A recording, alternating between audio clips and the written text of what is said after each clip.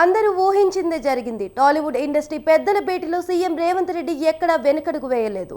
రాష్ట్రంలో బెనిఫిట్ షోలు, టికెట్ ధరల పెంపుపై తగ్గేదే లేదని తేల్చి చెప్పేశారు. ఓవైపు టాలీవుడ్కు అండగా ఉంటామంటూనే మరోవైపు శాంతి భద్రతల విషయంలో రాజీ పడబోమని కుండ బద్దలు కొట్టారు. అయితే సంక్రాంతి సినిమాల వేళ రేవంత్ నిర్ణయంతో నిర్మాతల ఆశలు గల్లంతైనట్లు తెలుస్తోంది. ఎన్నో ఆశలతో భేటీకి వెళ్లిన సినీ సెలబ్రిటీస్ కి సర్కార్ వారి షాక్తో నిరాశ ఎదురైంది.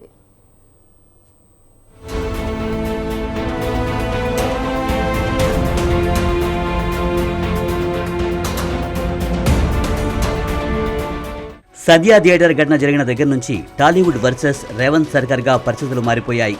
పుష్ప రిలీజ్ సందర్భంగా జరిగిన తొక్కిసలాటలో ఓ మహిళ మృతి చెందడంతో రేవంత్ సర్కార్ సీరియస్గా ఉంది. ఈ ఘటనపై అల్లు అర్జున్తో పాటు మరో 17 మందిపై కేసు నమోదయ్యాయి. అంతేకాకుండా ఇకపై బెనిఫిట్ షోలు, టికెట్ ధరలు పెంచేది లేదని అసెంబ్లీ వేదికగా సీఎం స్టేట్మెంట్ ఇచ్చారు.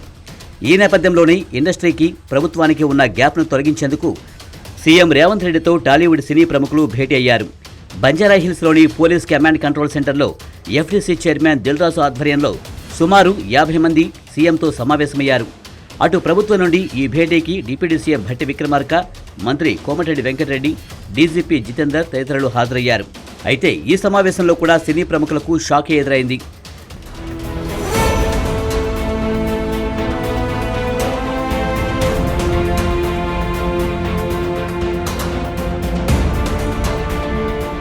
భేటీ ప్రారంభంలో సంధ్యా థియేటర్ తొక్కిసలాట ఘటనకు సంబంధించి వీడియోను సినీ ప్రముఖుల ఎదుట సీఎం ప్రదర్శించారు.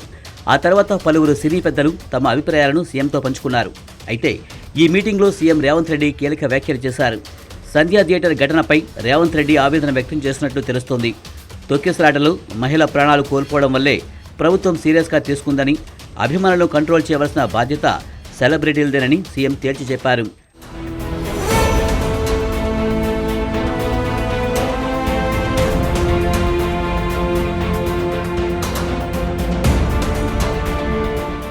అయితే బెనిఫిట్ షోలు, టికెట్ ధరల పెంపు విషయంలో తగ్గేదేలే అని అన్నారు సీఎం రేవంత్ రెడ్డి.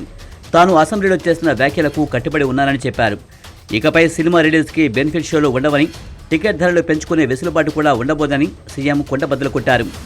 సినిమా టికెట్పై విధించే సెస్ డబ్బును రాష్ట్రంలో నిర్మించే ఇంటిగ్రేటెడ్ స్కూల్స్ నిర్మాణానికి ఉపయోగిస్తామని చెప్పారు.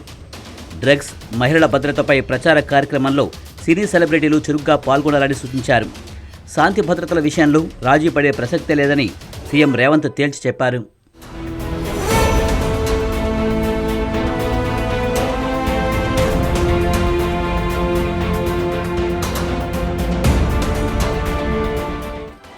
మరోవైపు ఇక నుంచి బౌన్సర్ల విషయంలో సీరియస్గా ఉంటామని వార్నింగ్ ఇచ్చారు సీఎం రేవంత్.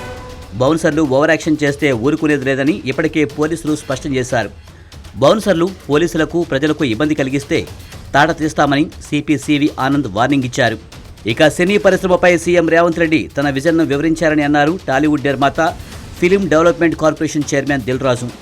టికెట్ ధరలు, బెనిఫిట్ షోల అంశం చాలా చిన్నదని, ఇండస్ట్రీ అభివృద్ధి అన్నది తమ ముందున్న అతిపెద్ద లక్ష్యమని ఆయన తెలిపారు. ఇప్పుడు ఇంకా టికెట్ రేట్లు, బెనిఫిట్ షోల వరకు టాపిక్ కాదమ్మా, ముందు ఇండస్ట్రీ గ్రోత్. అది చిన్న పార్ట్. అది బెనిఫిట్ షోలు, టికెట్ రేట్లు అనేది చిన్న పార్ట్, దానికి ఇంపార్టెన్స్ కాదు. గవర్నమెంట్ పెద్దది. నేషనల్ వైడ్గా, ఇంటర్నేషనల్ వైడ్గా తెలుగు సినిమాని ఎలా తీసుకెళ్దామనే బిగ్ విజన్. అదే ఎజెండా. సినిమాలు సెకండరీ. సంవత్సరంలో 200 సినిమాలు వస్తాయి, అది ఇంపార్టెంట్ కాదు. తెలుగు సినిమాని ప్రపంచవ్యాప్తంగా హై లెవెల్లో పెట్టడానికి ఏం చెయ్యాలి, హైదరాబాద్ని ఇంటర్నేషనల్ హబ్గా ఎలా చెయ్యాలి, ఇవి చాలా పెద్దవి. చిన్న చిన్న విషయాలు మనం మాట్లాడుకోవాల్సిన అవసరం లేదు, అవన్నీ టైం చెప్తాయి. ప్రభుత్వం అడిగిన అంశాలపై 15 రోజుల్లో నివేదిక ఇస్తామన్నారు. ప్రభుత్వం, సినీ పెద్దలతో త్వరలోనే ఈ అంశంపై కమిటీ వేస్తామని చెప్పారు. పరిశ్రమకు, ప్రభుత్వానికి మధ్య గ్యాప్ అపోహ మాత్రమేనని, త్వరలోనే మరోసారి సీఎంతో భేటీ అవుతామని దిల్రాజు చెప్పారు. హైదరాబాద్ ఈరోజు మనకు తెలుసు, హైదరాబాద్లో మన తెలుగు సినిమాలే కాకుండా అటు బాలీవుడ్ నుంచి కానీ, ఇటు తమిళ సినిమాలు, అటు కన్నడ సినిమాలు, అదర్ లాంగ్వేజ్, కేరళ, అన్ని షూటింగ్ జరుగుతున్నాయి. సో సీఎం గారి వ్యూ రెండో పాయింట్లో, హైదరాబాద్లో ఇండియన్ సినిమాలే కాదు, ఇంటర్నేషనల్ హాలీవుడ్ సినిమాలు కూడా షూటింగ్లు జరగటానికి ఇండస్ట్రీ నుంచి మాకు సలహాలు ఇవ్వండి. ఆ రేంజ్లో హైదరాబాద్ సిటీని ఆ లెవెల్లో పెట్టి వాళ్ళకి కావాల్సిన హాలీవుడ్ వాళ్ళు వచ్చి షూటింగ్ చేసుకోవడానికి కావాల్సినవి కూడా మనం అరేంజ్మెంట్స్ ఏం చేస్తే వాళ్ళు వచ్చి హైదరాబాద్లో షూటింగ్లు చేసి హైదరాబాద్కి ఒక ప్రత్యేకత ఉండాలి సినిమా దానికని రెండో పాయింట్ చెప్పారు. దాని మీద మళ్ళీ మేము ఇండస్ట్రీలో కూర్చొని గవర్నమెంట్కి ఎఫ్టీసీ ద్వారా ఏమేం చేస్తే బాగుంటుంది అనేది చెప్పబోతున్నాం. సో ఆ విషయంలో కూడా ఇండస్ట్రీ గవర్నమెంట్ రెండు హైదరాబాద్ని ఒక ఇంటర్నేషనల్ హబ్గా సినిమా ఇండస్ట్రీకి ఒక ఇంటర్నేషనల్ హబ్గా క్రియేట్ చేయడానికి అడుగులు వేస్తాం. అయితే సీఎం రేవంత్తో భేటీకి మెగాస్టార్ చిరంజీవి హాజరు కాకపోవడం షాకింగ్గా మారింది. గతంలో వైసీపీ ప్రభుత్వంలో చిత్ర పరిశ్రమకి సమస్యలు వచ్చినప్పుడు చిరంజీవి ముందుండి పరిష్కరించారు. ఇప్పుడు కూడా చిరంజీవి రంగంలోకి దిగి అల్లు అర్జున్ వివాదం, సంధ్యా థియేటర్ ఘటన, టికెట్ ధరలు ఇలాంటి విషయాలని ప్రభుత్వంతో చర్చించి పరిష్కరిస్తారని అంతా భావించారు. కానీ ఎవరూ ఊహించని విధంగా భేటీకి రాకుండా చిరు షాక్ ఇచ్చారు. ఇప్పుడు ఇదే అంశం చర్చనీయాంశంగా మారింది.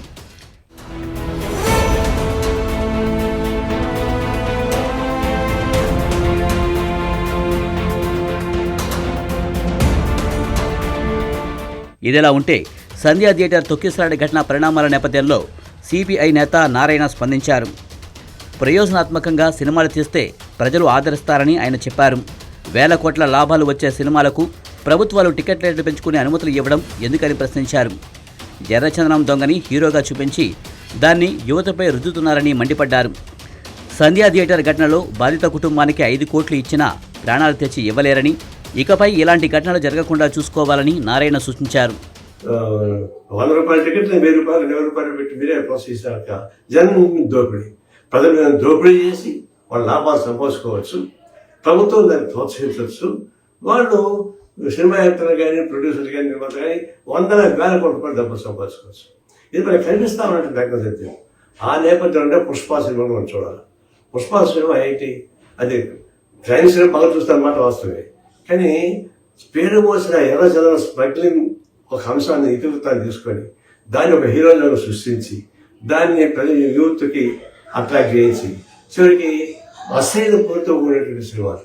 చివరికి రష్మిక చెప్పింది బాధపడుతూ, నాకు ఇష్టం లేదు ఫీలింగ్ చేసి డాన్స్ వేయడానికి, కానీ తప్పనిసరిగా నిర్మాత ప్రోత్సహించడం వల్ల చేయాల్సి వచ్చింది. మరోవైపు సంధ్యా థియేటర్ ఘటనను ప్రభుత్వం రాజకీయం చేస్తుందని అన్నారు మాజీ మంత్రి హరీష్ రావు. గురుకులాల్లో మృతి చెందిన వారి కుటుంబాలను సీఎం రేవంత్ పరామర్శించిన దాఖలాలు లేవని ఆయన విమర్శించారు. రాష్ట్రంలో ఓ సర్పంచ్ ఆత్మహత్య చేసుకుంటే అందుకు కారణమైన సీఎం తమ్ముణ్ణి ఎందుకు అరెస్టు చేయలేదని హరీష్ రావు ప్రశ్నించారు. ప్రతిపక్షాలు రాజకీయం చేస్తుందా, ప్రభుత్వం రాజకీయం చేస్తుందా అందరికీ తెలుసు కదా. నేను ఒక మాట సింపుల్గా అడుగుతున్నా సార్, 12 రోజుల తర్వాత కదా ముఖ్యమంత్రి స్పందించింది. యాక్సిడెంట్ జరిగిన తర్వాత శ్రీతేజ్ను ప్రభుత్వం ఎందుకు స్పందించలేదు? ఒక మంత్రి గారు వచ్చి ఎందుకు పరామర్శించలేదు? 12 రోజుల తర్వాత అసెంబ్లీ వేదికగా నువ్వు మాట్లాడి అప్పుడు కదా నువ్వు స్పందించింది. మరి 12 రోజులు ఎందుకు స్పందించలేదు? ఆ 12 రోజులు ఏమైంది? ఇంకోటి, శ్రీతేజ్ ఎంత ముఖ్యమో రాష్ట్రంలో ప్రతి పౌరుడు కూడా అంతే ముఖ్యం కదా. గురుకులాల్లో 50 మంది విద్యార్థులు చనిపోతే ఒక్క మంత్రిపై పరామర్శించలే. దానికి మంత్రిగా ఉన్న ముఖ్యమంత్రి గారు కూడా ఒకరోజు పరామర్శించలేదు. ఎందుకు వెళ్ళలేదు ముఖ్యమంత్రి గారు? మరి వెళ్ళి ఆ కుటుంబాలకు కూడా ప్రభుత్వం ఆదుకోవాలి కదా. ఆ తల్లిదండ్రులకు కూడా కడుపుకోతనే కదా.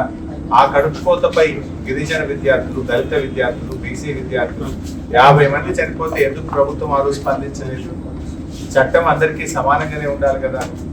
మొత్తానికి కొద్ది రోజులుగా సినీ ఇండస్ట్రీకి ప్రభుత్వానికి మధ్య జరుగుతున్న కోల్డ్ వార్కు ఈ భేటీ తాత్కాలికంగా బ్రేక్ వేసిందని చెప్పవచ్చు.